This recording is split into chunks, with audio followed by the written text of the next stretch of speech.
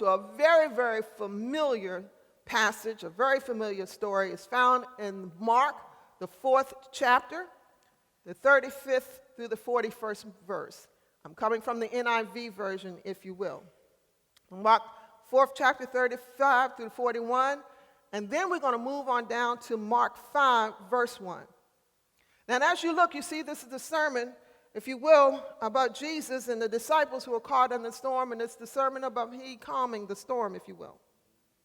And you know, a whole lot of sermons, many sermons have been preached from this passage. We've heard messages teaching about on the lessons between faith and fear. We've had powerful messages, if you will, about how to live through storms of life. When life comes at you, and like open the heavens up, and it seems like you feel like you're going through a Job experience, where it was one thing after another. We've had messages and just really talking from the perspective, if you will, about the humanity and the divinity of Jesus. But for the purpose of this message, talking about divine transition, I would like, if you will, to look at this passage from another perspective, and that is we would like to use it as an analogy of what transition, the phrases, the three phases of transition. Everybody follow me on that? We're going to use it as an analogy, if you will. Something to symbolize, to show us the three phases of transition. Before we read, I'm going to tell you what the three phases are, and then we will jump into it. Phase one in transition.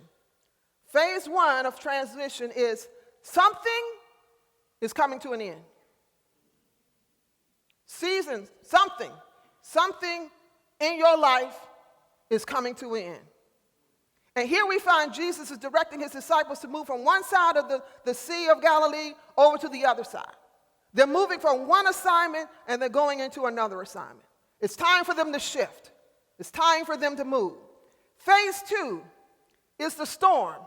As they're entering to the storm, phase two represents the in-between phase. The in-between of where you have to leave, what you're leaving, in between to where you're going. The storm phase, the in-between phase, that's what we're going to talk about next week. It's often the phase that is the most challenging. It's often the phase that's going to give you the most struggle. It is the phase that's going to fill you with a whole lot of conflict and internal struggle, if you will, as to, is this really God? Am I moving? Am I shifting? What is really happening to us? And things will become in a very disturbed way, if you will. It's going to be filled with both internal and external struggle. That's phase two. Phase three is when you reach your destination. It's your assignment. It's the place where God has moved you. It's your new place, your new position. Whatever that may be, a mindset. It may be a spiritual level. It may be a physically moving. It could be coming out of a relationship. It may be wherever it is, your new season is in phase three. Everybody got me? All right, let's go to the word. Here we start, Mark 4:34, and it says, that day when evening came, he said to his disciples, let us go over to the other side. Leaving the crowd behind, they took him along just as he was in the boat, and there he was, and there were also other boats with him. That's phase one. You're leaving from one place to the other. Verse 37, a furious squall came up, and the waves broke over the boat so that when it was nearly swamped, Jesus was in the stern sleeping on a cushion. The disciples woke him and said to him, Teacher, don't you care if we drown? He got up, rebuked the wind, said to the waves, quiet, be still. And then the wind died down and was completely calm. And he said to his disciples, why are you so afraid? Do you still have no faith? That's phase two, the in-between, the struggle between what you're leaving and to what you're going to. You're going to question whether or not God is with you or not. It's the struggle. You know you can't go back where you came from, but you haven't gotten to where you're supposed to go. You're going to be in a struggle. Everybody follow me on that. And they said they were terrified and asked each other, who is this? And that's what we're going to do when we're in the midst of the struggle. Who is this? Step in the midst of all of this and got me moving from one place to another and got the nerve to calm my spirit in the midst of it. Even in the winds and the waves obey him. Mark 5, they cross over the lake into the region of the Gerasenes.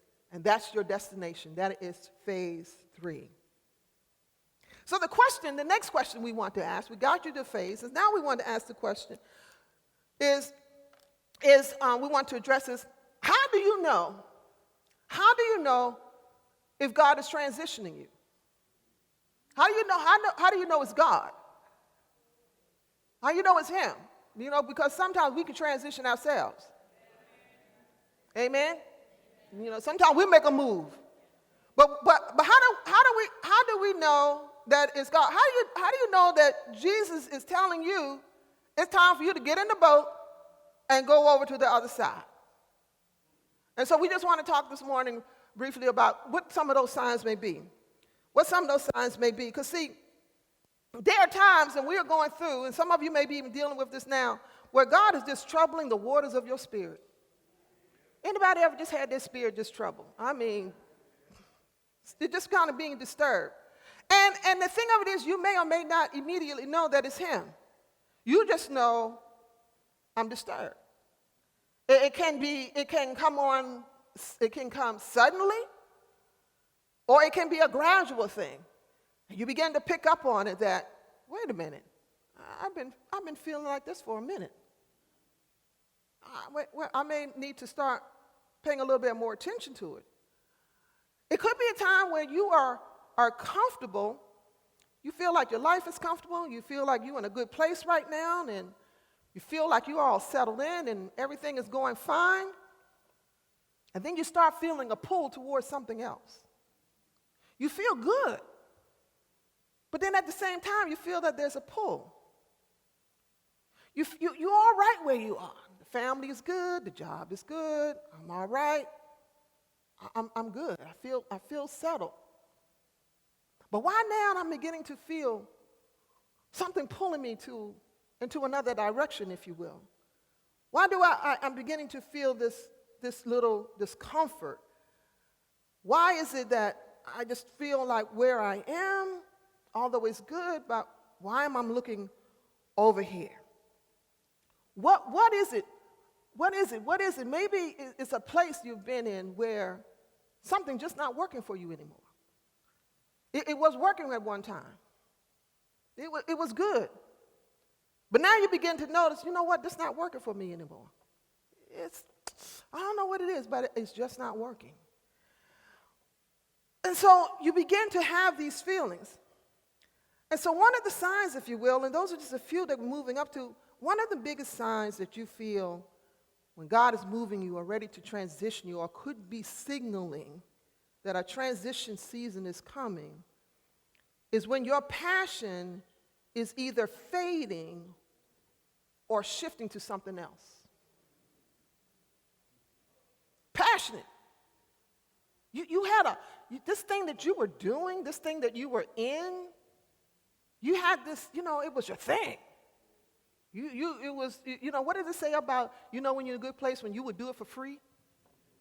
It was your thing, and you were good, and it was something that you were involved in or that you were doing, whether it was a relationship or whether it was a place or whatever the thing was, it would excite you, would energize you, but it's not hitting you like that anymore. You're not energized like you used to be. You used to look forward to getting up and going to work or going to whatever that thing is or wherever that place is, but that's not moving you like it used to move you. You begin to find that your mind is going other things other than the thing that you used to have passion for. It seems like your mind is shifting to somewhere else, if you will, shifting to someone. And here is the struggle for some if you find yourself in a place. Here is the struggle.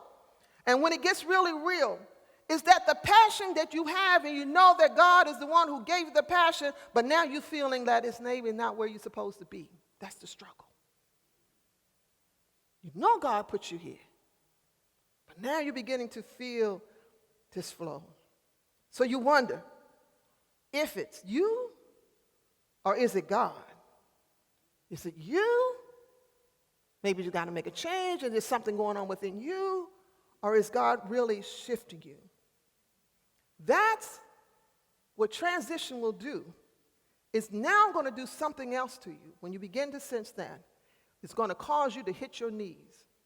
You got to go in prayer. You got to begin to praying and seeking out God to find out whether this move is a thing of him, or is it something that is within you? Because sometimes we use transition as a way of running away from a problem. Sometimes we use transition as something that's moving away from something that we may not want to deal with. It's not that God is moving us. Sometimes we choose to move. People have left relationships, they have left jobs, they have left ministries, not because God has moved them, but because they have removed themselves. So you want to make sure that it's God that's moving us. Another cause of the shifting or dwindling down of passion could be burnout. It could be burnout. You've been doing too much. You've been on overload, trying to handle everything. It could be God saying it's time for you to let some of that go because he didn't ask you to do all of that in the first place. Because sometimes we take on more than what we are supposed to take on, thinking that is what we're supposed to do, when in reality, that is not an assignment that God gave to us to handle out. I'll just give you a quick example. And those of you who were with us way back in the day when we used to be over in the Lighthouse Church, you remember we used to have 3 services. 3 services, 8 o'clock, 10 o'clock, 11 o'clock, somewhere in that neighborhood. And then Johnson, if he was invited out to an evening service, that meant what? 4. And here's the thing, those of you who were there, you knew he had a brand new sermon for each of the services. So that means he had 3 sermons written, plus a 4th one if he was going to preach out. It wasn't until he had come to near the end of his life that he realized that he had filled his calendar up with dates and engagements that God didn't really call him to. And so you end up in burnout. You end up in a place because you were doing something that you thought God had called you to, but God didn't really call you to do all of that.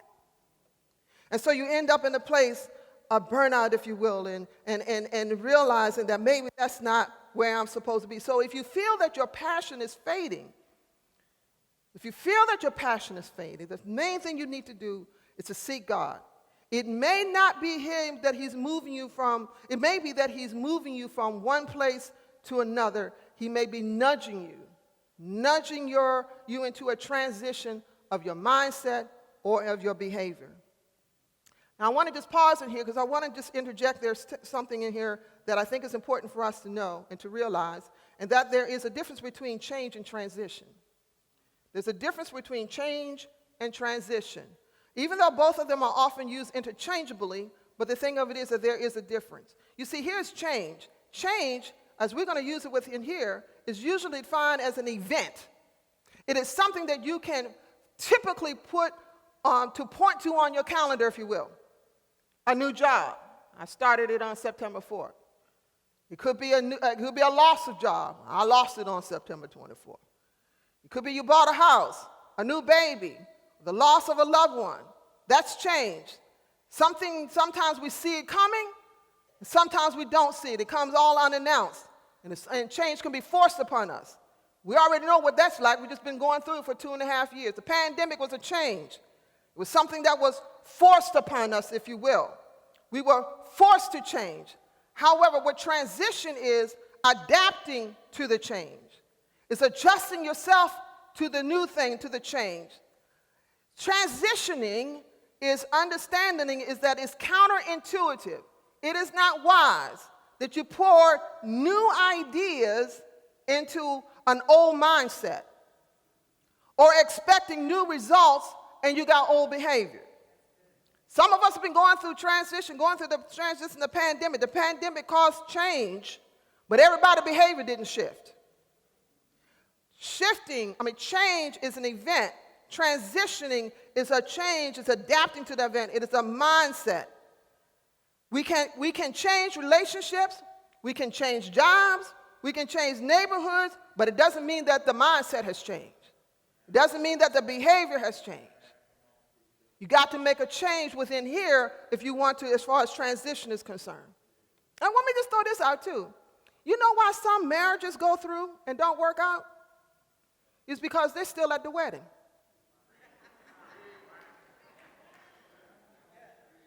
They still operate like it's wedding day.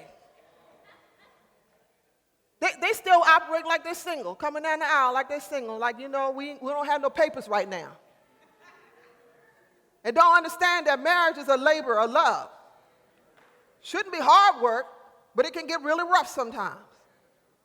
A labor of love. So that's the difference. Just because you got married don't mean you transition into a husband or a wife. Give the church say amen.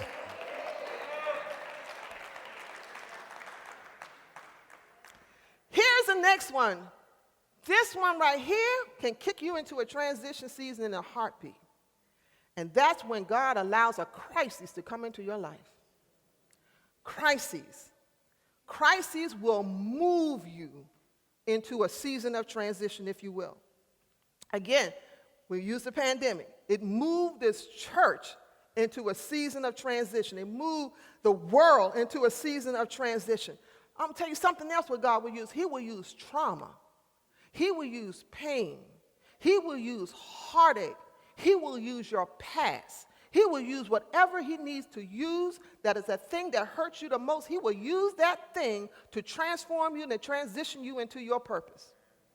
He will use it. And he will, and when you go through that kind of transition, if you will, we call that a cataclysmic transition. Those of you who did the All of God class with Bishop Coates way back in the day, we did that All of God class, and it was a thing called a cataclysmic calling. A cataclysmic calling is you hear God's voice in the midst of a storm. God moves you in the midst of trauma, something that's gone on in your life, and now you've shifted into something else. There is a home called Brook House.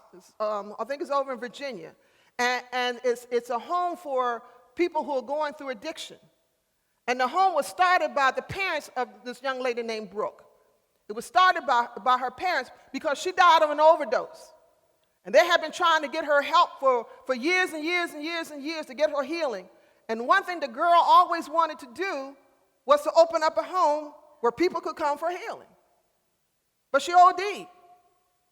And her death prompted change, transition. Her parents, then they opened up the home.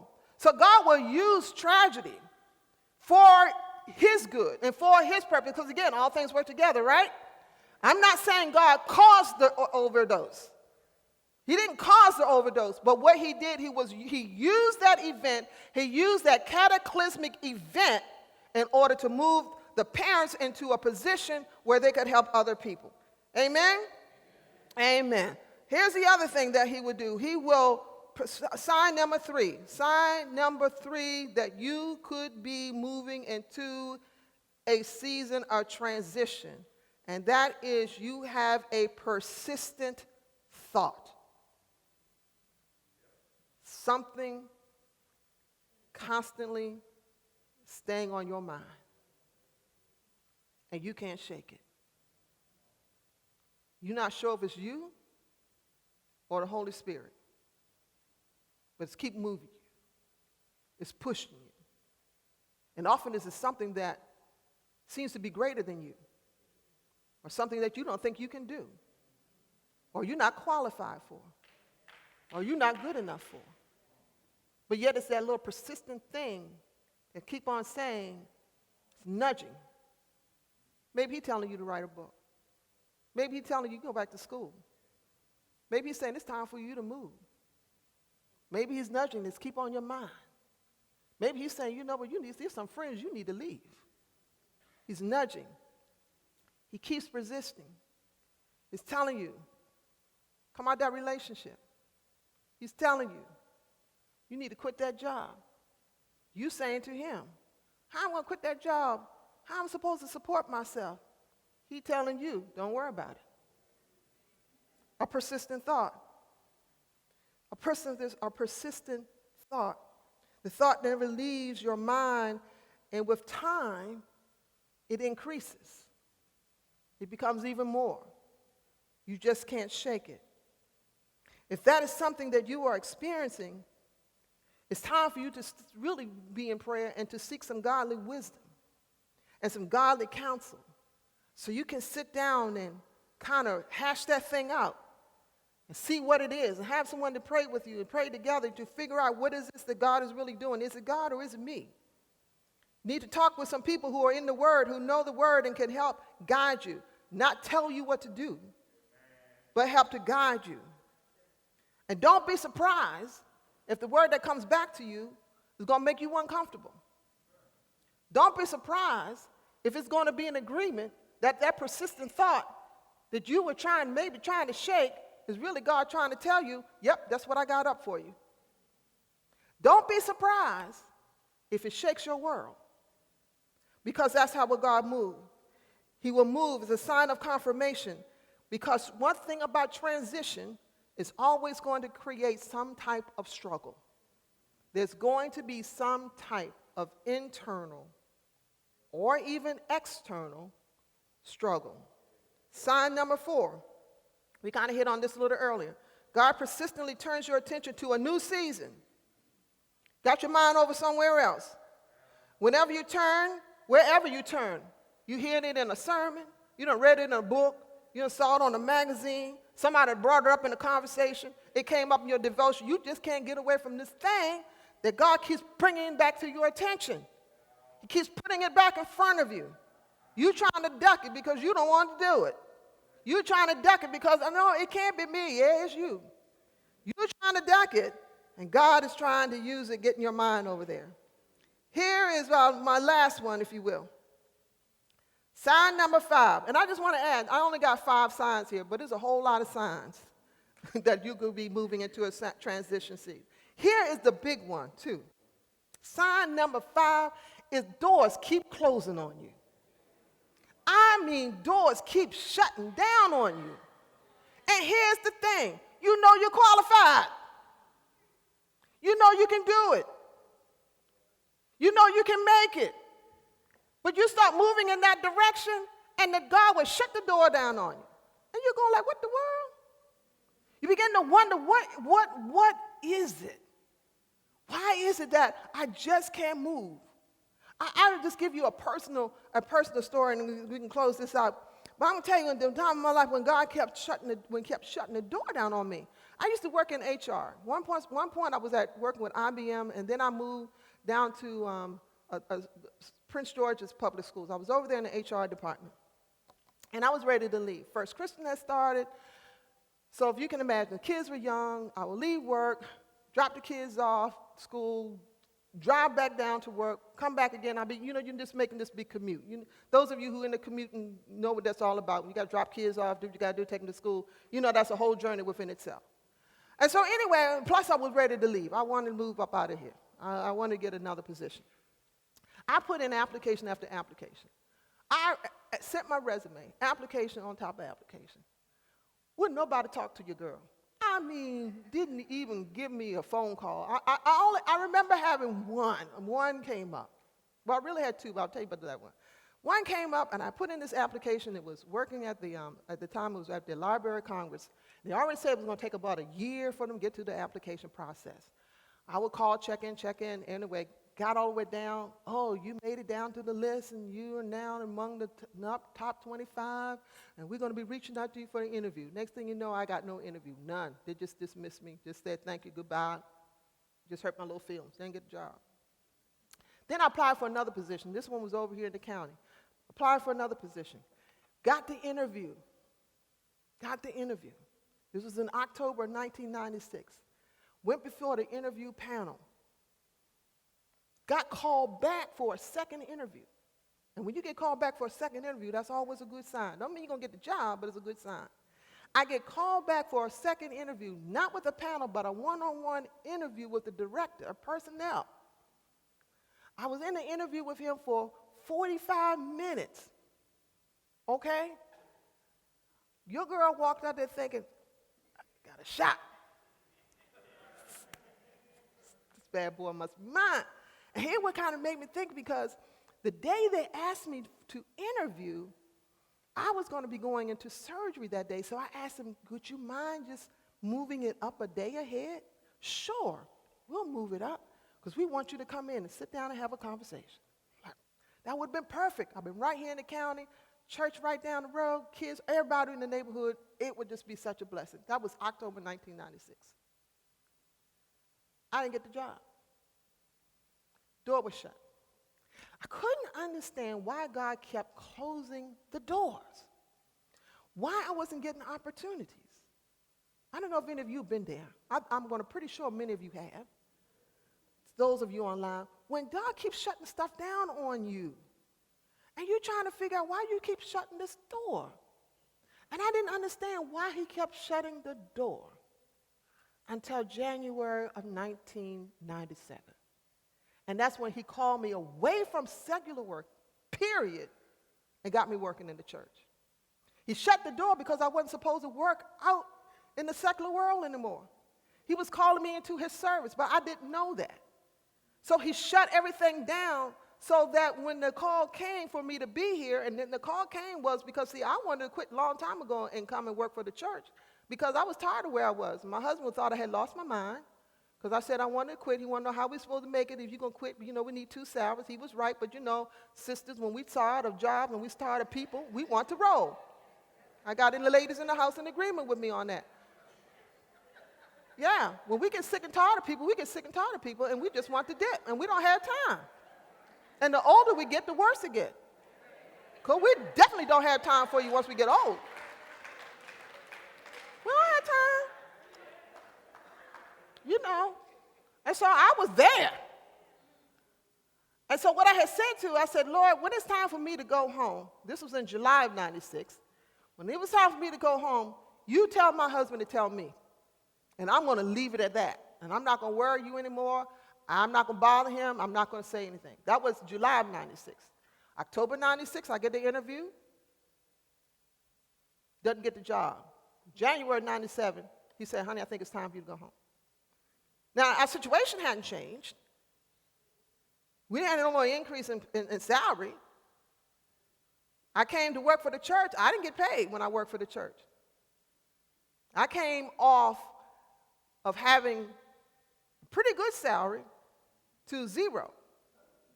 I was not used to not having my name on a check coming in the house.